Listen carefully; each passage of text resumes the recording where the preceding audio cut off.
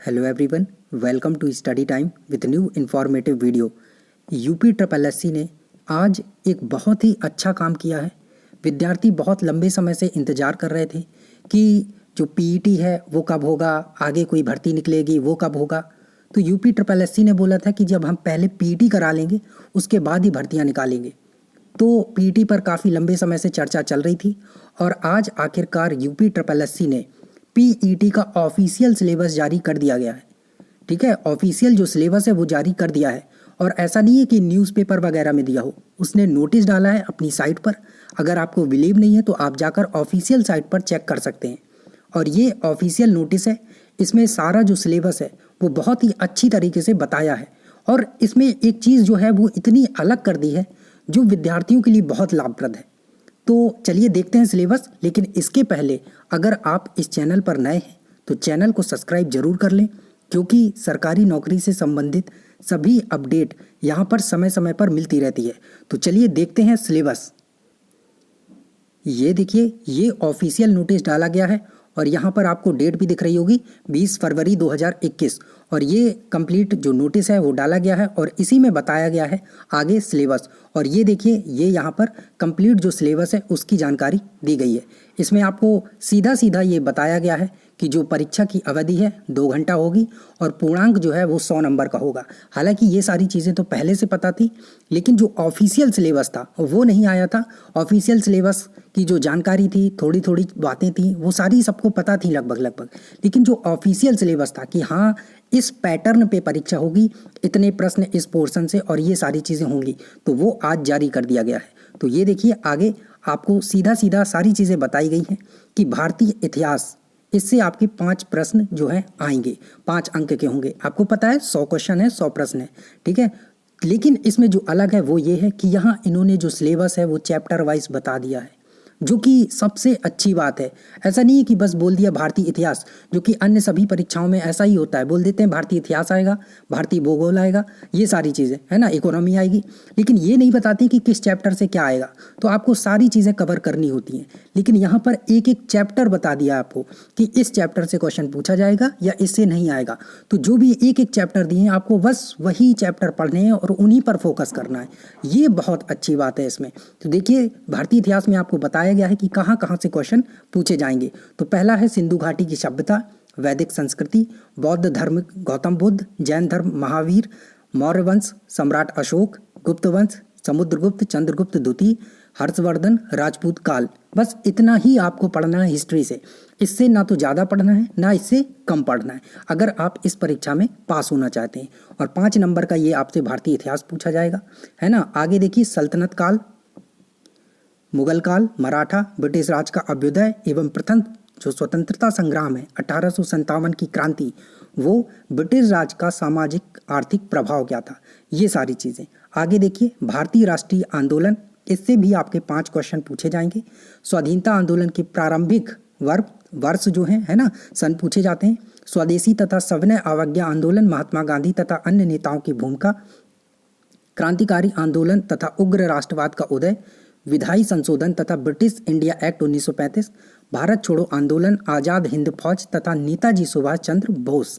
तो ये सारी चीज़ें आपसे भारतीय राष्ट्रीय आंदोलन में पूछी जाएंगी। आगे जो ज्योग्राफी आपसे पूछी जाएगी, भूगोल, 5 क्वेश्चन इसके भी होंगे। तो ये बहुत अच्छी चीज़ है कि सभी का पहले से बता दिया 5 क्वेश्चन ही आएंगे। ऐसा नहीं किसी से कम किसी से ज़्यादा, है ना, कि कभी हिस्ट्री से 15 पूछ लिए और भूगोल से 2 ही 3 आए। तो सभी का जो पोर्शन है बराबर बराबर बता दिया है कि 5 क्वेश्चन सभी से आएंगे।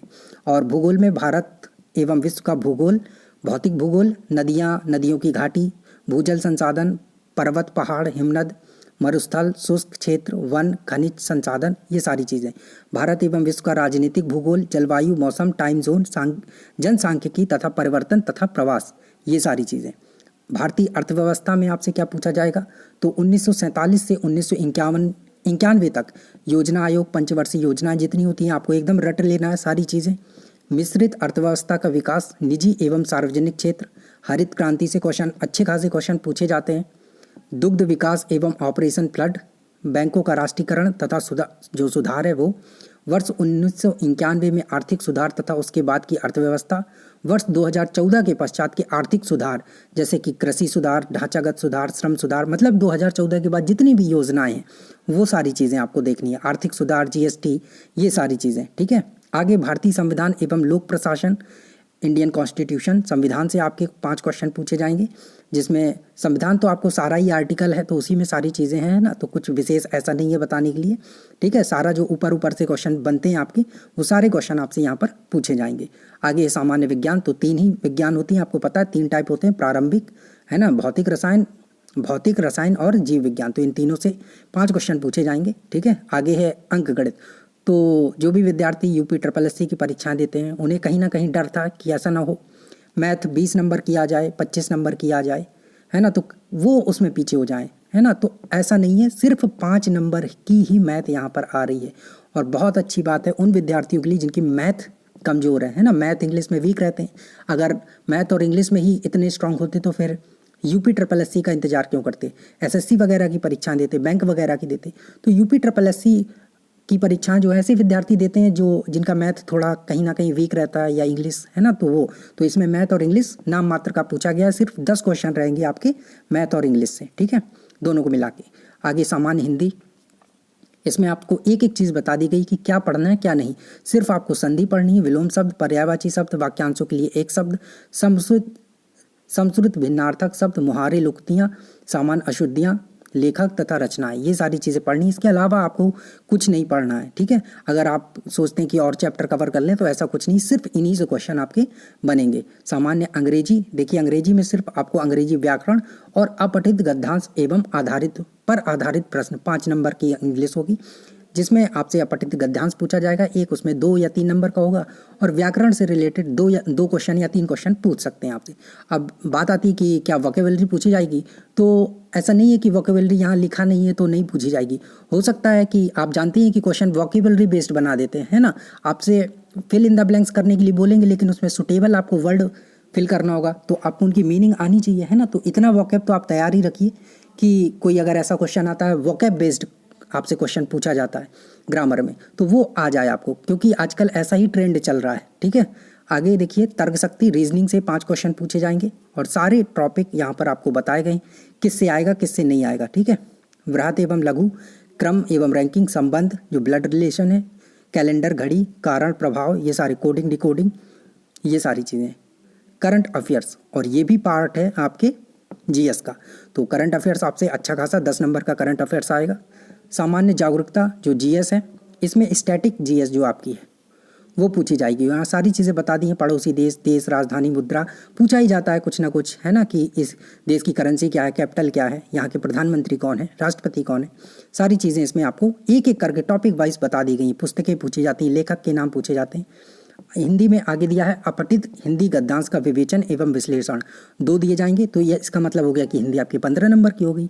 यहाँ पे ये भी आपसे पूछ लिया जा रहा है, 10 नंबर का ये, 5 नंबर का वहाँ। आगे देखिए ग्राफ एवं व्याख्या, यहाँ 1-2 चीज़ दी गई है 14 और 15 में, ग्राफ की व्याख्या एवं विश्लेषण, तालिका की व्याख्या। तो इनको आप या तो रीजनिंग में मान सकते हैं या तो मैथ में मान सकते हैं, है ना। 2 क्वेश्चन इसमें आएंगे और 2 इसमें आएंगे, 4 क्वेश्चन आएंगे, तो 10-10 नंबर के हैं ये दोनों, तो आप इनको या तो रीजनिंग में मान सकते हैं या तो मैथ में मान सकते हैं, क्योंकि वैसे ही ग्राफ के जो क्वेश्चन पूछे जाते हैं आपसे अंक तालिका या वैसे करके, ठीक है, ग्राफ में।